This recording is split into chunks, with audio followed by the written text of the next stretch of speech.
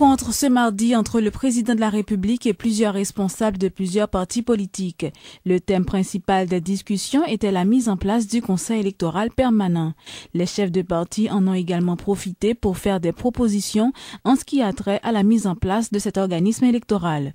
Le président Martelly s'est montré très satisfait après la réunion. Au terme des débats, la synthèse s'impose. Je rassemble les points communs et je tire les conclusions. 1. Nous désirons tous ardemment consacrer la séparation et l'indépendance des pouvoirs d'État et travailler sans relâche au renforcement des institutions républicaines et démocratiques. 2. Nous tous, pouvoirs d'État, partis politiques, organisations de la société civile, organismes des droits humains, nous voulons aider les institutions démocratiques à atteindre le plus rapidement possible une vitesse de croisière et un niveau efficace et idéal de fonctionnement. 3. Le président de la République ne peut s'immiscer dans les affaires internes d'un autre pouvoir, législatif ou judiciaire. Ce serait violer leur indépendance et attenter aux règles constitutionnelles et légales. À cet égard, soyons clairs, puisque c'est à ce niveau que se dresse l'épine irritative où se situe le nœud gordien de la conjoncture. La lettre de transmission et le procès verbal signé des 5 membres du CSPJ font foi jusqu'à inscription de faux.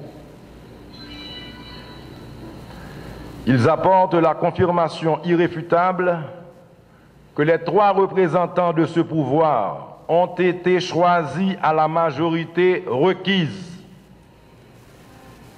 Le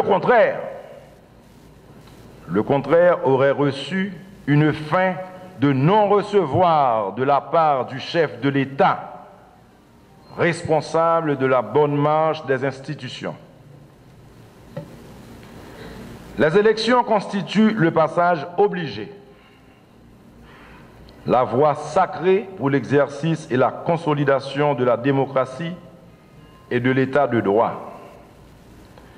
Et la seule instance apte à les organiser actuellement en Haïti ne peut être que le Conseil électoral permanent, en vertu de la Constitution amendée en vigueur, ainsi que la loi électorale, elle aussi en application jusqu'à ce jour. Laquelle loi électorale a clos définitivement la liste des conseils provisoires. Convenez avec moi qu'évoquer aujourd'hui la seule possibilité du provisoire reviendrait à reconnaître la défaillance de l'État de droit auquel nous aspirons. À cet égard, je propose que le dialogue déjà ouvert avec les présidents des 2 chambres s'étende aux présidents des commissions et des groupes parlementaires en vue de la désignation des représentants du pouvoir législatif. Toujours dans un esprit d'entente patriotique et d'opportunité politique, que le dialogue se poursuive avec les partis politiques et la société civile, que les rencontres se multiplient afin de rétablir la confiance au sein de cette institution à peine mise en place et que tous ensemble, nous puissions participer à l'organisation des prochaines élections qui devront être démocratiques, libres et indépendantes. La tempête tropicale Isaac a fait au moins 24 morts. C'est ce qu'ont annoncé les responsables du Bureau de la protection civile dans un nouveau bilan présenté ce mardi. Ils ont fait remarquer que 42 personnes ont été blessées alors que 15 812 autres ont été évacuées. Ils précisent également que 1005 maisons ont été détruites suite au passage de la tempête Isaac. Donc, cyclone n'a passé depuis vendredi. Toute analyse que nous faisons dans secrétariat permanent, Cap gérer risque désastre là, montrez-nous que de vendredi jusqu'à mardi, c'était vent qui était passé. Donc, depuis même, nous avons gagné plusieurs jours devant nous. Donc, ça n'a pas de gain décombres pour te dire que jusqu'à présent, il y a fait recherche pour qui en bas décombres, ou bien pas de gagner au niveau de l'eau qui était élevé, qui pour dire qu'il y a tant de l'eau asséchée pour être capable de voir si il y a un cadavre toujours là-dedans. Donc, il est temps pour nous clôturer. Question de collecter bilan moun qui mourit toujours. Donc 24 morts là, c'est bilan définitif, sauf que nous avons gagné 3 disparus. 3 disparus que nous avons automatiquement que yo retrouvé, donc la vin augmenter bilan donc à 23 plus 4 ça fait 27. Si yo vin joindre, mais si yo pas jamais vin joindre corps, donc il y a toujours été dans chiffre des disparus parce que légalement nous pas gain droit tout autant nous pas joindre cadavre au monde pour nous déclarer que le disparu. Vous nous déclarer le mort. Donc jusqu'à présent c'est disparu. Soulignons que le Premier ministre Laurent Lamotte a effectué une visite ce mardi au centre d'opération d'urgence. Il était question pour le chef du gouvernement de saluer le travail réalisé par les responsables du COUN. Les yeux de tous les Haïtiens et d'une partie du monde entier étaient tournés sur Haïti pour voir comment est-ce que le gouvernement haïtien allait répondre à cette tempête. Je pense que la réponse, le bilan a été satisfaisant, même s'il y a eu des pertes de vies humaines, mais très certainement, sans cette préparation, sans ce suivi, on aurait eu beaucoup plus de pertes et beaucoup plus de dégâts. Donc, nous devons apprendre aussi. Hier, on a déjà eu une rencontre avec le secrétaire d'État à la sécurité publique et tous les opérateurs téléphoniques pour avoir un numéro unique de centre d'urgence, un centre d'appel d'urgence, comme un 911, pour justement traiter des urgences. Aussi, le travail n'est pas totalement fini, nous avons toujours des sinistrés, donc nous continuons à, bien entendu, envoyer des kits alimentaires, des draps, de l'eau aux sinistrés. Nous avons eu une perte énorme dans le secteur agricole.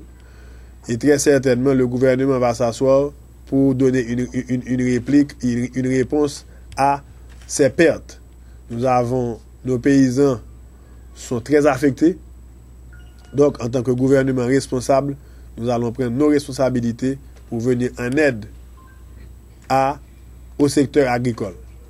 Donc, je tiens à remercier tout le directoire de la DPC. Je ne vais pas citer un nom parce que ça a été un travail d'équipe.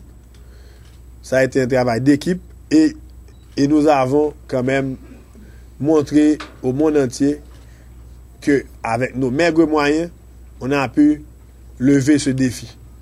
Ce qui n'est pas quelque chose de facile, ni de donné. Je tiens particulièrement à remercier M. Semelfort et Mme Jean-Baptiste pour vraiment un leadership exemplaire. Des abonnés de la compagnie de téléphonie mobile Digicel Voilà se plaignent de la mauvaise qualité de la communication offerte sur le réseau. Interrogé sur ce sujet, le directeur du Conseil national des télécommunications, Jean-Marie Guillaume, affirme qu'il est effectivement au courant de ce problème. Monsieur Guillaume a indiqué qu'il va discuter avec les responsables de cette compagnie afin de trouver une solution à ce problème. Les abonnés des opérateurs de téléphonie mobile Voilà et Digicel ont du mal à communiquer entre eux sur ces deux réseaux depuis quelques semaines. Selon eux, la communication n'est pas fluide. Des coupures interrompent fréquemment leurs conversations téléphoniques, font-ils remarquer. Les responsables des deux compagnies n'étaient pas joignables pour apporter un élément de réponse à ce problème. Cependant, le directeur du Conseil national des télécommunications en Haïti, Jean-Marie Guillaume, explique que ce problème est dû à des travaux de réparation sur le réseau Voilà. Digicel a intégré le réseau Voilà, parce que comme on connaît, le réseau Voilà, c'est pas tout le réseau qui était couvrir tout le territoire là, alors que le réseau Digicel là lui-même il a une plus bonne couverture. Donc monsieur a essayé d'intégrer les deux réseaux ensemble. Et là intégrer deux réseaux, il y a des problèmes techniques qu'a développé et au fur et à mesure que monsieur a entré l'intégration, on a réalisé que il y a des problèmes qui sont pour résoudre. Le directeur du Conatel a fait savoir que ce problème d'interruption des appels entre les deux réseaux sera très bientôt résolu. Le tribunal civil de première instance fonctionne normalement malgré la fin des assises criminelles le 13 août dernier. C'est ce qu'a annoncé le doyen Jean-Michel Raymond. Monsieur Raymond a fait remarquer que 36 juges sont disponibles au palais de justice en vue de faire avancer les dossiers en souffrance durant la période des vacances. Ordinairement, après assise, toujours un roulement. Il y a un roulement pour le tribunal capable de fonctionner. Il y a un roulement pour en référé les affaires urgentes, il y a un roulement pour affaires pénales, et puis pour affaires civiles, et pas de roulement à proprement parler. Mais de façon officielle, l'assise criminelle là, elle est campée depuis 10 août. Cependant, il y a gagné une série de dossiers, qui ces dossiers qui étaient compliqués, juges, magistrats qui étaient une tâche pour examiner les dossiers. Il n'y a pas de cas fini avec eux 10 août. Ils ont suspendu l'audience.